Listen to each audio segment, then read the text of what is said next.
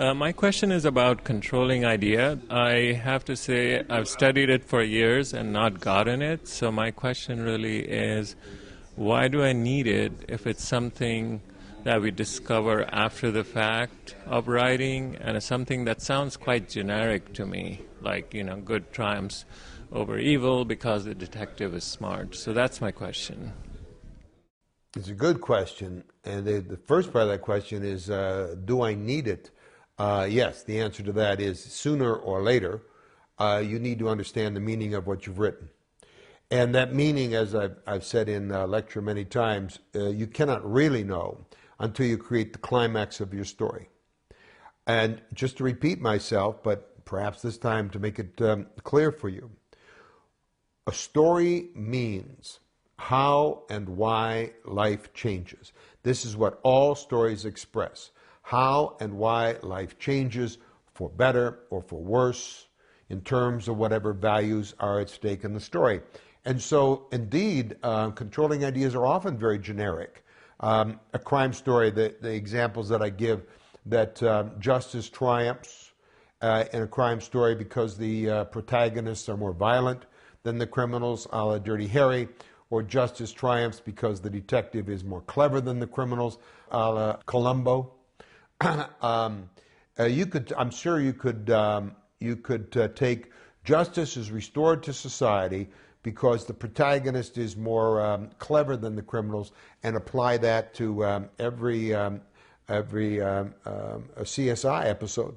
They're all very clever in those, and House, another one. These are all these Sherlock Holmes stories where the brilliance, the cleverness of the detective brings justice into the world.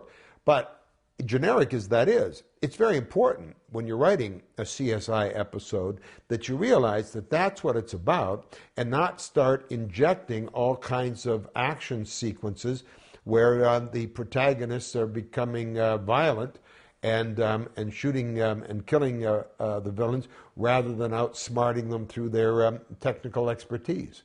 And so, generic as it is a hand on your shoulder. Understanding the meaning of that helps you from taking the story into a direction that would make the story blurry or contradictory somehow within itself. On the other hand, there are some great stories, of course, where the controlling idea is far more specific than that, and would apply only to that particular story. I'm thinking, for example, of The Reader.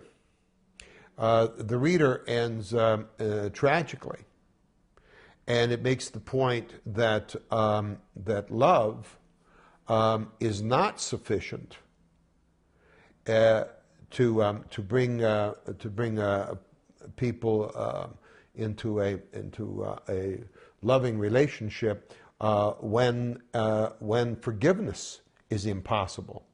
That love is ultimately destroyed when one character cannot, no matter what, forgive the other character for some horrible deed. That is not a generic controlling idea. That is rather rare, I would think. If possible, I couldn't count on one hand the number of films or stories I've ever read or seen where the balance is between love and forgiveness is impossible, and as a result, love is destroyed. And so if you're writing something like Columbo, fine, then you have a very generic controlling idea. But if you're writing something as brilliant and rich and really deeply expressive of what it is to be human in this world, like a film and the novel, The Reader, then coming to understand your controlling idea will sharply focus the writer's work, and so that they understand that they have to constantly set up this dynamic between love and punishment, or love and unforgiveness. So whether the story is a simple genre piece like a crime story or something very sophisticated like The Reader, the controlling idea is still the same thing. It expresses how and why life changes. And what you concentrate on in a really fine story is the hows and the whys.